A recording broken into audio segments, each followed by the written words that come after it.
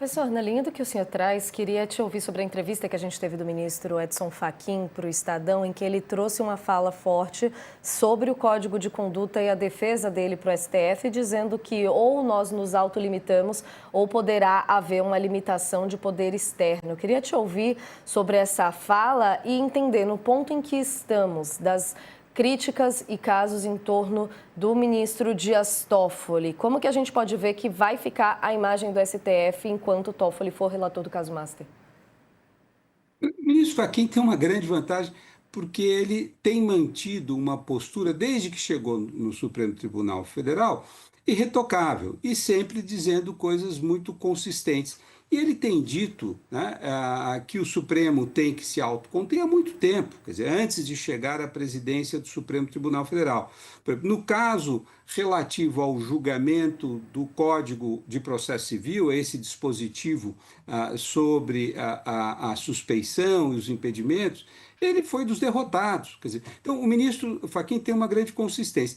Eu acho que o importante desta entrevista hoje no jornal Estado de São Paulo foi a clareza com que ele expressou isso. Ele disse com muita clareza: olha, eu sou favorável à adoção de um código de conduta, essa tem sido a tendência das cortes constitucionais ao redor do mundo, não porque seja uma moda, mas porque essas cortes se tornaram muito mais expostas nos últimos anos, até em função da polarização. Ou seja, tudo que cai no Supremo, ou na Corte Alemã, ou na Suprema Corte Americana, é polêmico e, portanto, os juízes ficam muito expostos. Daí a necessidade de regular essa exposição.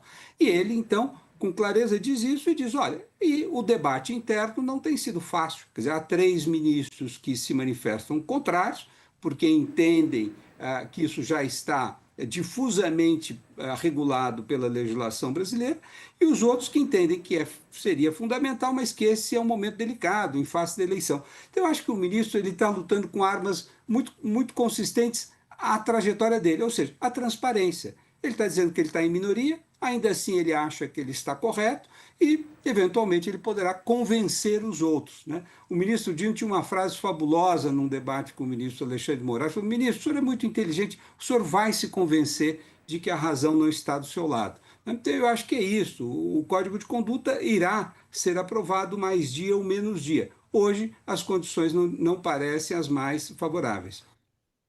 E eu acho muito pode Um ir. dos argumentos mencionados pelo Fachin nessa entrevista,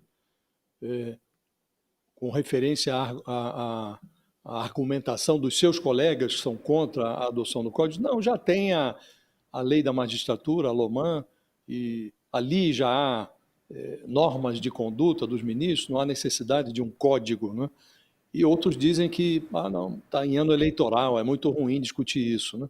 O fato é que o Supremo já está na berlinda, já está pendurado aí de ponta cabeça nas manchetes, e a eleição vai acentuar esse processo, né? Então, diferentemente do que dizem esses ministros, a eleição é um fator a mais para que o Supremo se autocontenha, que leve adiante esse debate, né? Agora, o que eu queria ouvi-lo, Oscar, é se acha também que o código, se não há perspectiva de punição, porque havendo o código, como hoje já há a LOMAN, e muitos transgridem a LOMAN sem que nada aconteça, né? O código vai resolver, a simples adoção de um código vai inocular esse germe da moralidade ou da contenção no Supremo? Sem dúvida nenhuma que um código em si, nem a Constituição em si, tem sido obstáculo a quem quer violar a Constituição do Brasil, o Congresso, o presidente, a população, enfim. Veja, a lei ela não se impõe por si mesma, né? É importante que isso seja dito.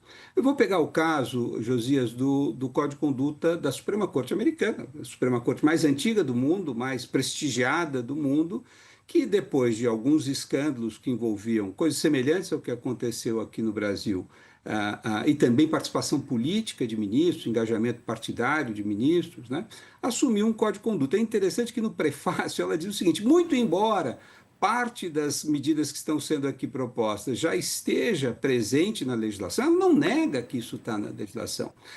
O que é importante é que os ministros assumem o compromisso de obedecê-la. Ou seja, ele tem um componente que é altamente moral, né? Mas, mais do que isso, ele passa a ser um compromisso exposto à sociedade, publicamente. Os ministros serão cobrados por isto, né? Então, me parece que é um mecanismo que oferece uma maior facilidade de controle social. Né? Quando nós pegamos esses 1.900 casos que vocês apresentam aí, né? Veja, hoje não é ilegal.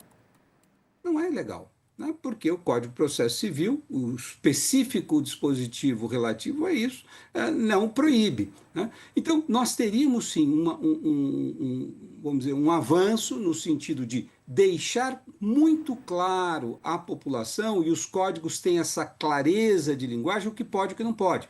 Pode pegar carona em avião, pode ir à festa, pode receber honorários por palestra, todas essas coisas seriam descritas e, portanto, o seu trabalho, nosso trabalho como acadêmicos que acompanham, teria um parâmetro claro e a população poderia, de certa forma, cobrar. Tá?